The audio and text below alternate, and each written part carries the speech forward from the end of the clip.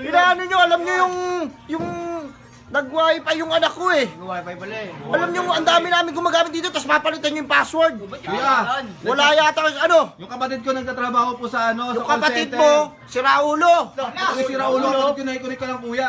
Ano ba? Umpisa pa lang sa trabaho kapatid ko, kailangan namin ng wifi. Bakit ako mag-a-adjust sa inyo? Siya yung nagpalit. Sir, kaya siya yung nagpalit ng password, hindi po ako. Kaya nga, ikaw nga, walang problema sa'yo. Kaso, may problema na sa'yo. Ayun na, meron na pala. Wala problema po sa akin, ba't pa nadamay kuya? Hindi. Ako sabi mo kuya, pag di ka lasing. Oo, lasing nga ata eh. Hindi ako lasing. Kung lasing ako, pinagbabaril ko na kayo. Hindi, gago eh. Hindi, alam mo nalagyan.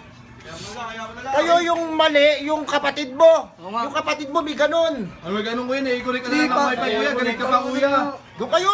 Pagpasensyaan mo na lang ha, pagpasensyaan mo na lang. Hindi, grabe naman, tinumpan niya yung ano namin. Pakialam ko sa bike nyo, akin ba yan? Wala pa ng pake. Kahit itong bako yan, wala ka na mapagagawa eh. Kuya, nakikikonek ka lang kuya, nakikikonek ka lang sa kanila. Wala, kapal na mukha mo.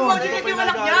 Sige, yung anak mo, nagmo-module, patayin ko yung wifi nyo. Ayun lang, Hindi, ayun lang. pinay lang namin password kuya kasi nga, nag-call center yung kapatid Oo. ko. Galit na lang pala eh. Trabaho pala eh. Kuya, pag lasing ka, wag kang ganyan. Wala akong, Hindi ka.